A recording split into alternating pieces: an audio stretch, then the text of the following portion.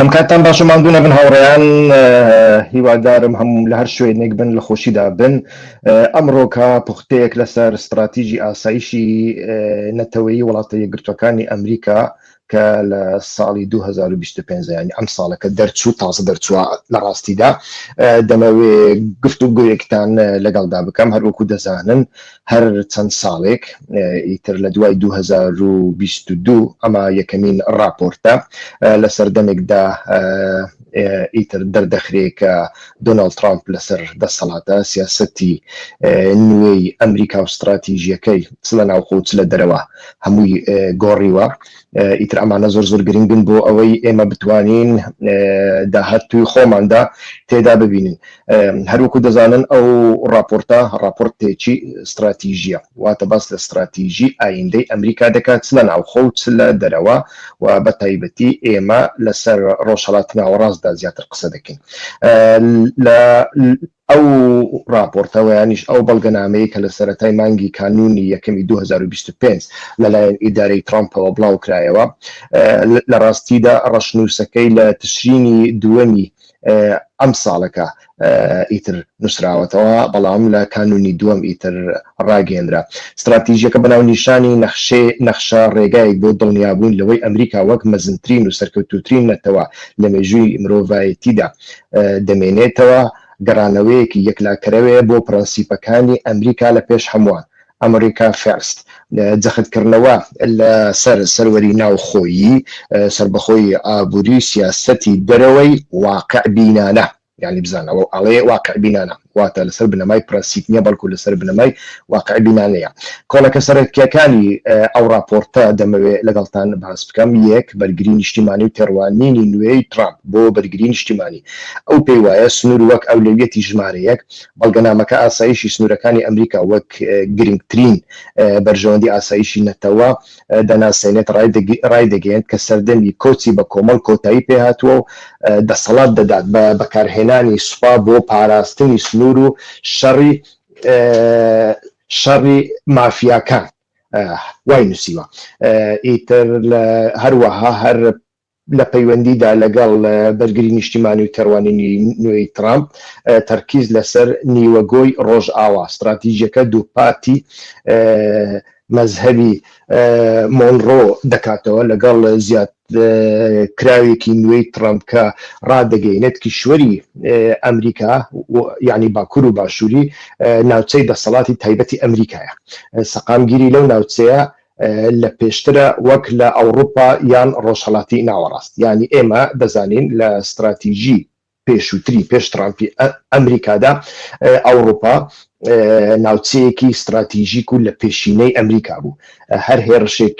هێرشێک بۆ سەر ئەوروپا ئەمریکا وەک هێرش بۆ سەر خۆی دەیبینی و لە ڕۆژهەڵاتی ناوەڕاستیدا وڵاتانی کەندا و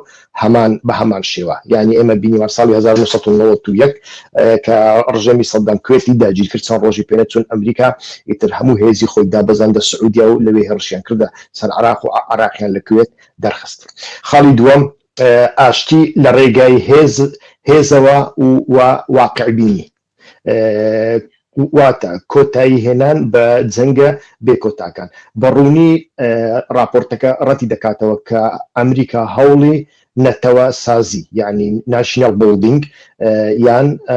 بڵاوکردنەوەی دیموکراسی بدات لە دەرەوەی وڵات و ڕەخنە لە سیاستەکانی پێشووی ئەمریکا دەگرێت کە سەرچاوەکانی ئەمریکایان بە هەدەرداوە. یعنی بە ئاشکرا ئیتر لەو راپۆرتەدا دەوترێت ئەمریکا بە هیچ شێوەیەک کار لە بۆ بڵاوکردنەوەی دیموکراسی نادا، ئەمە بە هەدەردانی سەرچاوەکانی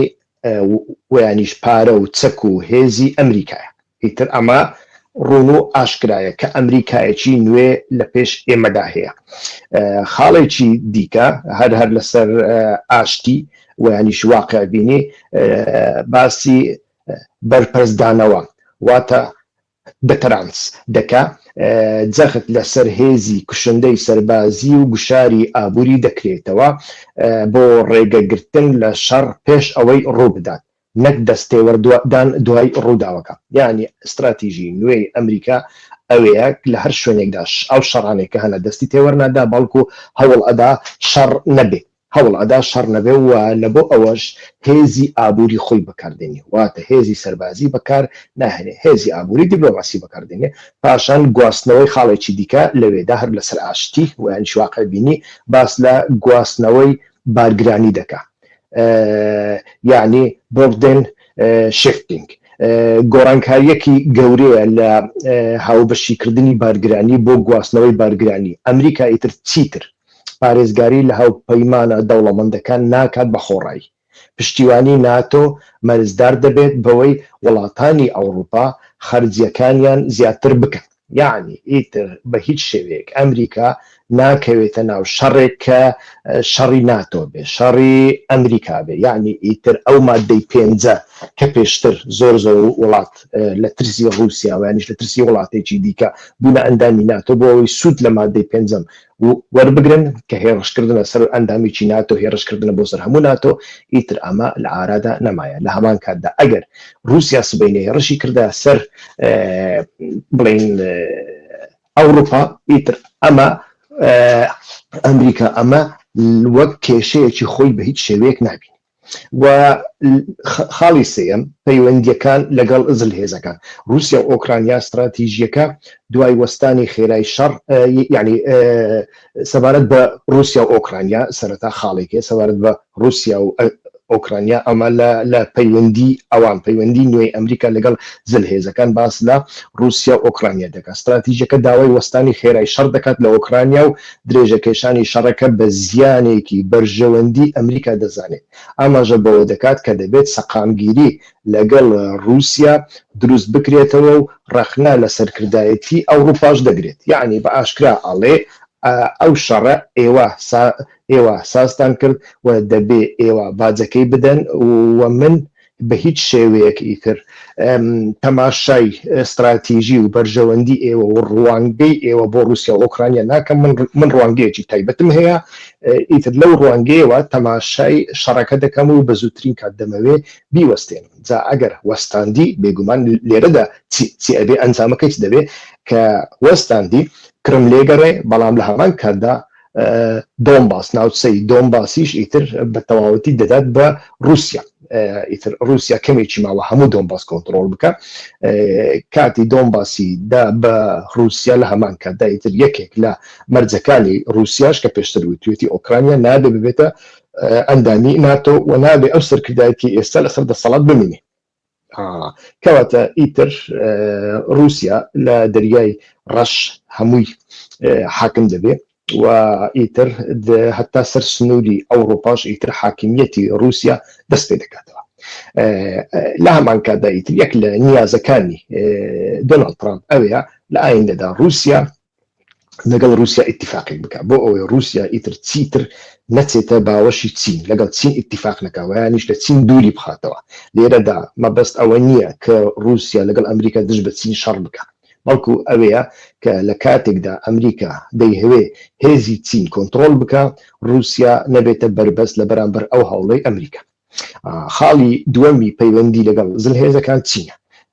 ئیتر لە سەبارەت بە هەردوو وڵات واتە چین و رووسیا جیاوازتر لە راپۆرتی 2022 کە لەوێدا هەردووچیان بە هەڕەشە دەناسران، ئیتر هەردووچیان بە تەحەدا دەناسران، لەو راپۆرتەدا هەردووچیان بە تەحەدا ناناسێنرێن، یعنی زۆر سەیرە. ترامپ هەردووچیان بە تەحەدا ناناسرێن. با بزانین لەسەر چین چی دەڵێ بە کورتی. لەسەر چین پەیوەندیەکە زیاتر لە ڕووی ئابووریەوە سەیر دەکرێت، مامەڵەی هاوشێوە،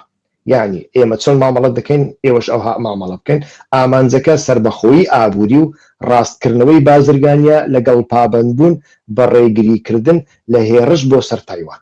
یعنی هێرش مەکە سەر تایوان، و لە هەمان کاتدا لە بواری بازرگانیشەوە استراتیژی دۆناڵد ترامپ داوای ئیتیفاق دەکات،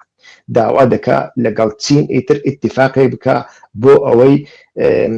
سەربەخۆیی ئابووری و یانیش باڵادەستی ئابووری ئەمریکا لە دەست نەچێت و ڕاستکردنەوەی بازرگانی. مەبەستی لێرەدا لە ڕاستکردنەوەی بازرگانیش ئەوەیە کە ئیتر هەموو دنیا پابەندی کاڵاکانی چین نەبێت، چین نەتوانێت کاڵاکان هەناردەی هەموو دنیا بکە. ئەمە چۆن دەبێت لە ئایندەدا دەیبینین لە هەمان کاتدا ئیتر تایوانیش وەکو دەبینین ئیتر ئەوە کێشەیەکی مێژوویە لێرە باسی ناکەین تایوان ئیتر چین وەکو وڵاتی خۆی بەشێک لە وڵاتی خۆی دەبینی بەڵام تەماشا دەکەین لە بواری ئابووریەوە لە بواری دیپلۆماسیەوە ناوچەیەکی سربەستە سربەخۆیە ئیتر وەیانجی بە چاوێکی سربەخۆیەوە تەماشای دەکا چینیش بەردەوام بانگەشەی ئەوە دەکا ئەمڕۆ سبەی تایوان دەخاتەوە سەر چاینەی گەورە ئەمریکا لێرەدا بە ئاشکراڵێ ڕێگات پێناتێت ئیتر سەبارەت بە ڕۆژهەڵاتی ناوەڕاست ئەوە خەریکە هێدی نزیکی لای ئێمە دەبێتەوە گرنگی ناوچەکە کەم کراوەتەوە بە ئاشکرا گرنگی ناوچەکە کەم کراوەتە بوونی ئەمریکا تەنها بۆ دژە تیرۆر و پاراستنی وزە دەبێت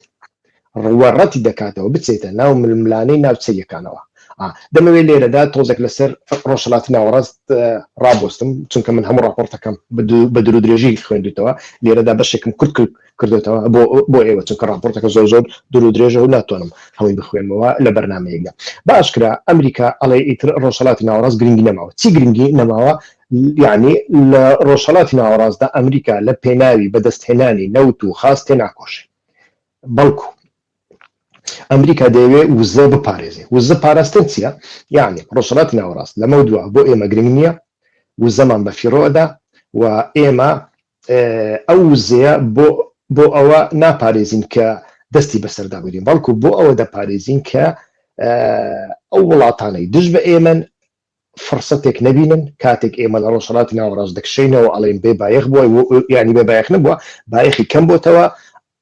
ئەوان نێن لە پشتەوە خەنجەرمان لێ بدەن و ئیتر کۆنتترۆلی وزە بکەن دیارە لێرەشدا هەر مەبەستیان چینە ئیتر چونکە رووسیا و وزەی خۆی هەیە ئێران وزەی خۆی هەیە وانە و ڕەتی دەکاتەوە بچێتە ناو ململانەی ناوچەیەوە واتە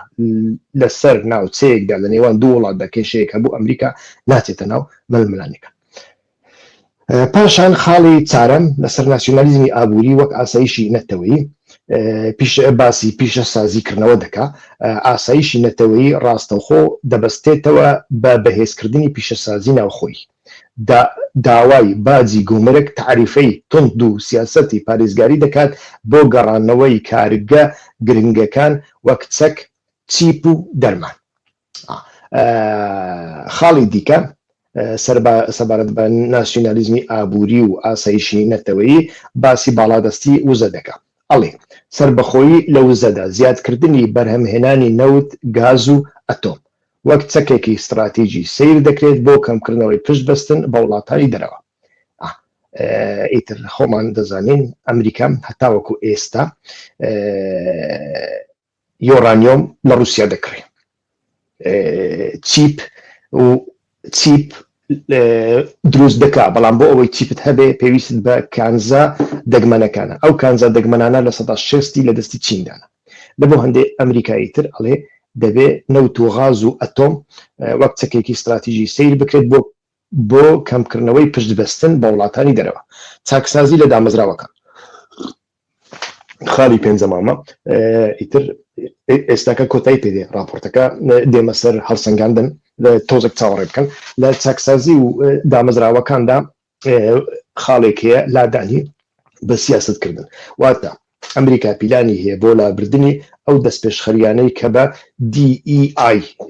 یعنی فرەیی و یەکسانی ناسراون لە ناو سوپا و هەواڵگیریدا بە ئامانجی گەڕانەوە بۆ تەرکیزی تەواو لەسەر توانای شەڕکردن یعنی ئەو خاڵە زۆر پەیوەندی بە ئێمەوە نیە بە ئەو راپۆرتە بەراورد بکەین لەگەڵ راپۆرتە استراتیژیەکەی 2022 جۆ بایدن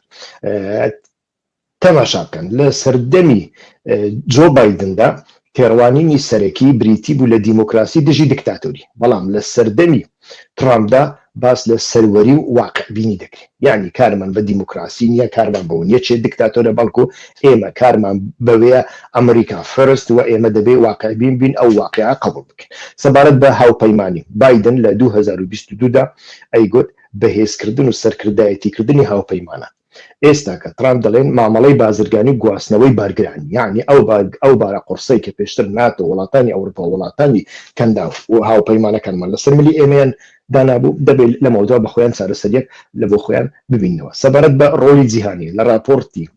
جۆ بایدندا 2022 ئیتر دیسا باس لەوە دەکرێت ئەمریکا سەرکردایەتی جیهان دەکاتواتە پۆلیسی جیهانە بەڵام بایدن ئەڵێ ئەمریکا لە پێش هەمووان واتە ئەمریکا فەرست و خۆ بە دوورگرتن لە سەبارەت بە گۆڕانی کەش و هەوا ئیتر بە هەمان شێوە جیاوازیەکەیە لە سەردەمی پێشودا بایدن گرنگی پێدەدا هەڕەشەی کەش و هەوای بە گرنگ و با مەترسی دەزانێت وەکو پیسبوونی ژینگە و وشکبوونی زەوی بەڵام ئێستاکە تەماشا دەکەین ترامپ باس لە گرنگی پێنەدان بە کێشەی کەش و هەوا دەکات و تەرکیز لەسەر بەرهەمهێنانی وزە دەکاتەوە سەبارەت بە رووسیا و ئۆکرانیاش خۆتان دەزان لە سەردەمی بایدندا گەورەترین پشتیوانی بۆ ئۆکرانیا پراوێستخستنی و رووسیا بوو ئێستاکە ترامپ ئەڵێ فشار بۆ ڕێککەوتنی ئاشتی مامەڵەکردن لەگەڵ رووسیا سەبارەت بە بازرگانیش بایدن دەیگوت هاوکاریکردنی جیهان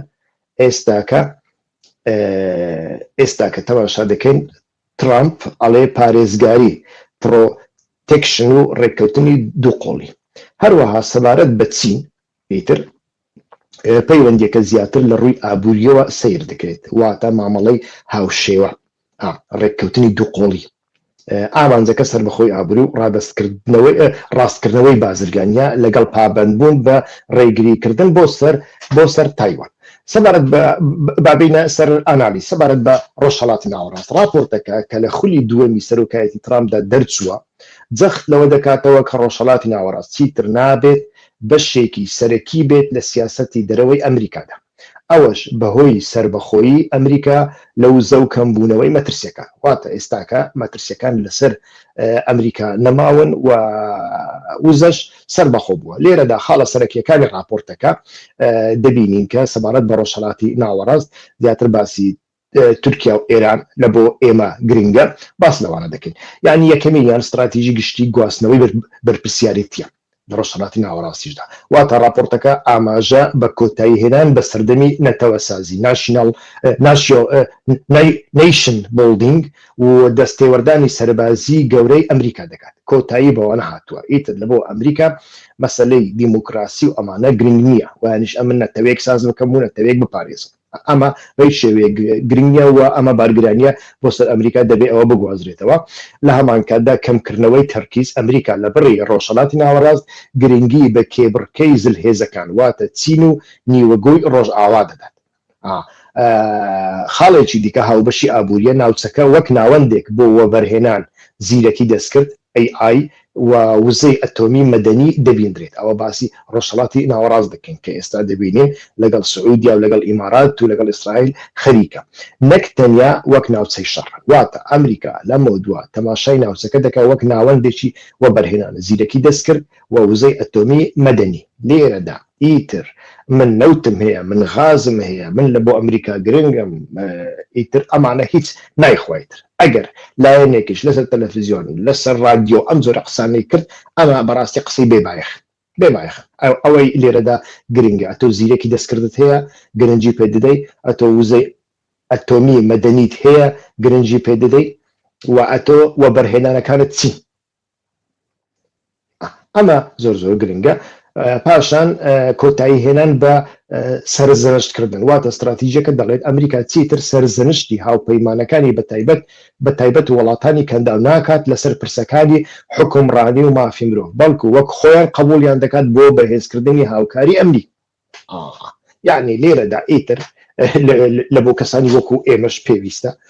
واز لەوە بێنین کە لەمە دووە ئەمریکا تەنانەت ئەوڕۆپاش ئیتر بە پرسی مافی ژنان و مافی مرۆڤ و دیموکراسی و گەندەڵی و ئەم زۆرەشتانە خەریک دەبن نەخێر ئەوانە پێیان خەریک نابن ئەتۆ دەبێت لە ناوە خۆتدا ئەم کارە بکەیت لە ناوە خۆدا ئەگەر دەتەوێت ئەم کارە بکەیت دەبێت لە ناوە خۆتدا تێکۆشان بکەیت خاڵی دووەمین باسی ئێران بکەین چونکە زۆر گرنگە پاشان دێنە سەر تورکیاش راپۆرتەکە باس لەوە دەکات کە ئێران زۆر لاواز بووە و چیتر ئەو مەترسیە گەورەیە نییە کە پێشتر هەبوو ئەمەش بەهۆی دوو هۆکارەوە ئۆپەراسیۆنی چەکوشی نیوە شەو واتە میدنایت هامر راپۆرتەکە ئاماژە بەم ئۆپەراسیۆنە سەربازیەی ئەمریکا دەکات لە حوزەیرانی 2025دا کە دەڵێت توانای پیتاندنی ئەتۆمی ئێرانی زۆر کەم کردوتەوە. هەروەها باس لە کردەوەکانی ئیسرائیل دەکات دژ بە ئێران، ئاماژە بەوە دەکات کە هێرشەکانی ئیسرائیل تۆڕی بریکارەکانی واتە وەکیلەکانی پرۆکسیەکانی ئێران و هێزە کلاسیکیەکانی تێکشکاندووە. لە ئەنجامدا راپۆرتەکەڵێ ئامانجی ئەمریکا پاراستنی ئەم دۆخەیە بەبێ ئەوەی پێویست بەمانەوەی هێزێکی زۆری سەربازی ئەمریکا هەبێت. یعنی لێرەدا ئیتر ئەمانەی ئەڵێن ئیسرائیل ئەمریکا ئەمڕۆنا سبەی ئێران دەڕوخێنی دەستێ وەردان تێدەکات کەمیمە بەڕاستی دەبێت خۆیان لەو بارەوە هەندێک بەدیقەتتر قسە بکەن. ئامانجی ئەمریکا لێرەدا بە هیچ شێوەیەک ئەمە نییە کە ئێران لەناو بڵا و بیڕۆخێنی، بەڵکو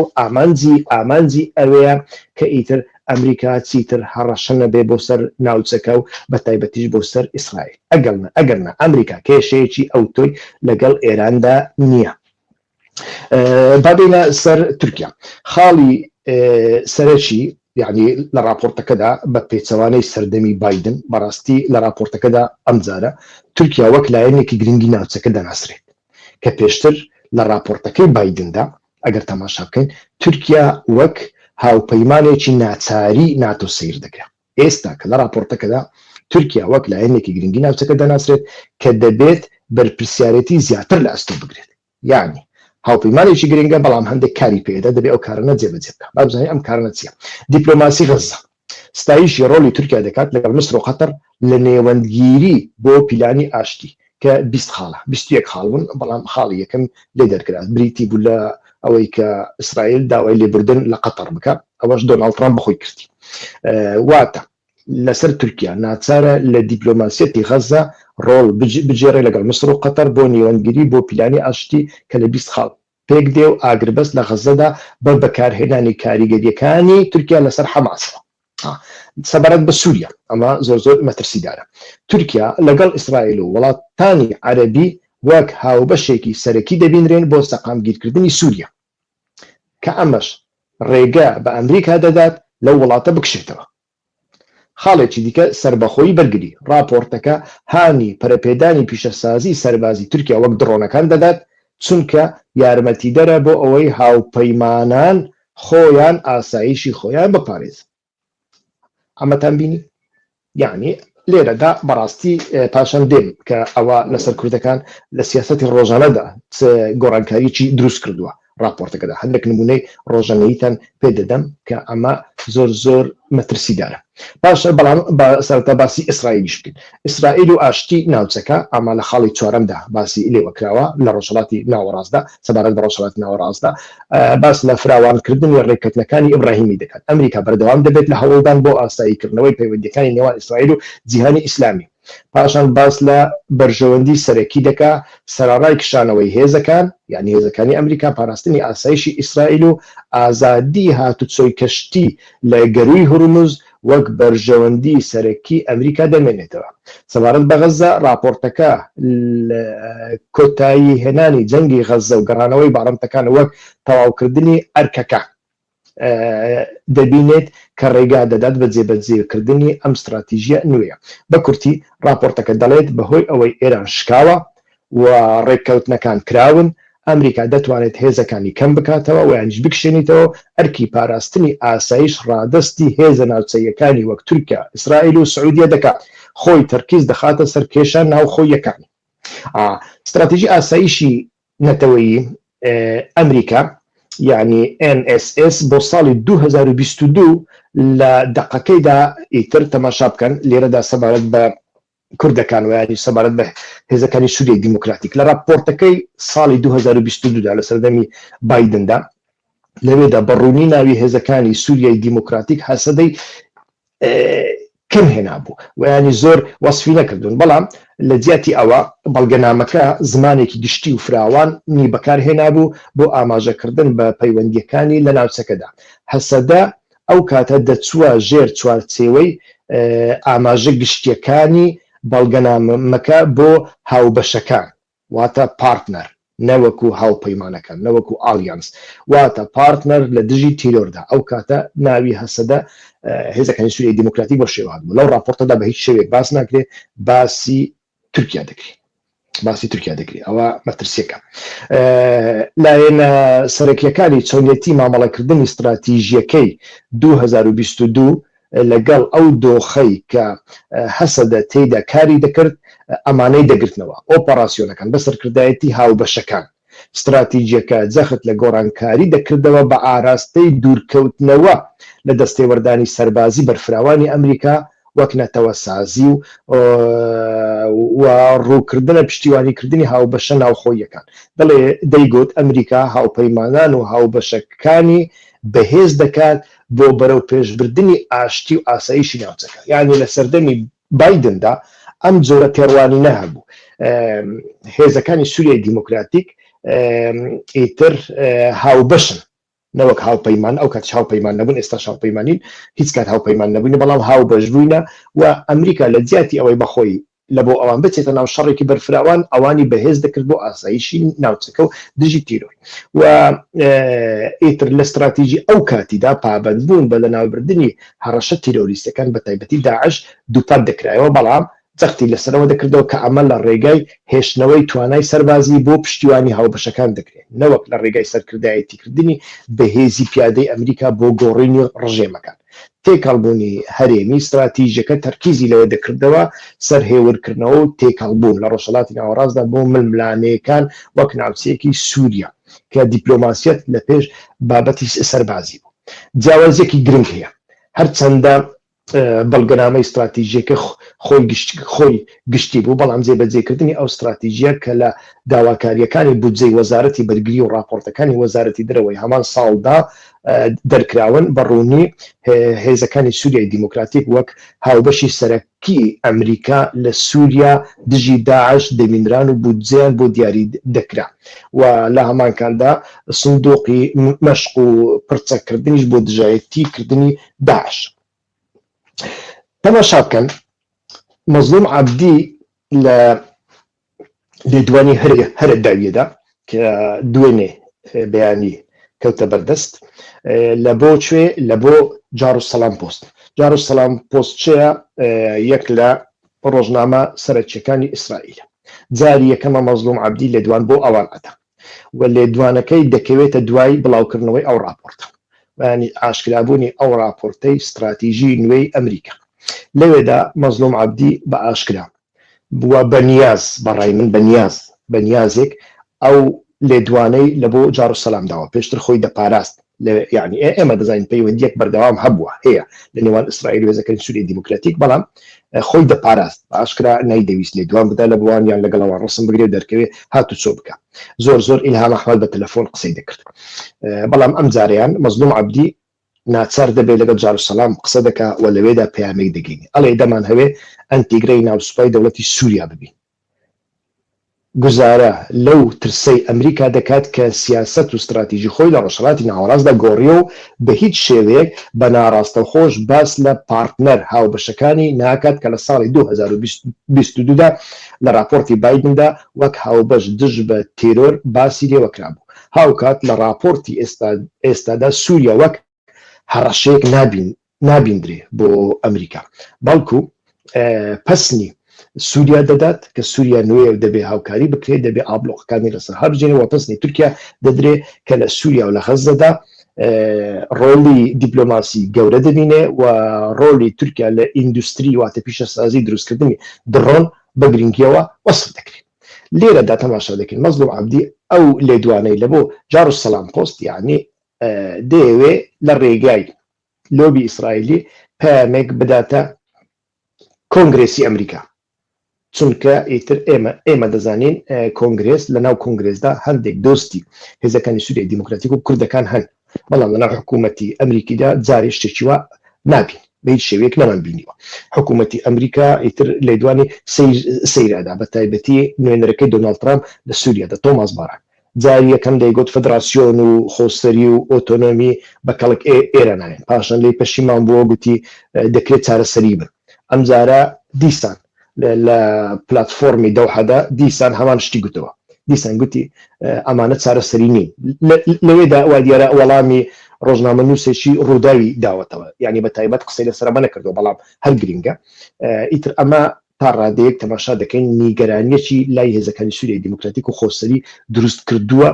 کە ئەمریکا ئیتر لەمە دووە ئەو گرنگی جاران بە هێزەکانی سووریای دیموکراتیک نادا. لێرەدا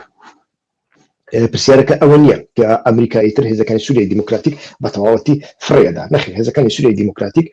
هەر وەک عنسڕێکی هاوسەنگی دەمێنن لەناو سووریادا، بەڵام گرنگی جارانیشیان نامێنێ ئیتر لە چەند بوارێکەوە گرنگی جارانیان نامێنێ. جاران سووریا وڵاتێکی تیرۆریزم بوو، لە سووریا بەتەنیا دۆستێکی ئەمریکا هەبووایە هێزەکانی سووریای دیموکراتیک بوون. ئێستا کە سووریا تیرۆریست نییە، ئێستا کە ئەحمەد شەرع بەعاشکرا دەچێتە نیویۆرک و واشنگتن و لەوێدا ئیتر تەماشا دەکا بۆن و کۆمەڵی دیاری دیکەی پێدەدرێ. لە هەمان کاتدا ئێستا کە ئەو هێزەی کە دەستێوەردان لە سووریا دەکا واتە تورکیا بەلای ئەمریکیەکانەوە گرنگە، ئەگەر بێت و هەڕەشە بۆ سەر ئاسایشی ئیسرائیل دروست نەکە. ئیتر شەڕی داعش تەماشا دەکەین، ئەحمەد شەرع ئەو کارتەشی تاڕادەیەک لە هێزەکانی سووریای دیموکراتیک سندوتەوە، ئەڵێ ئێمە شەڕی داعش دەکەینەوە چەند ئۆپەراسیۆنێکیان کردوونە تاوەکو ئێستا، چەند ئۆپەراسیۆنی بچووک لە بۆ هەندێک ئیتر ئەگەر ئێمەش واقع بین دەبینین کە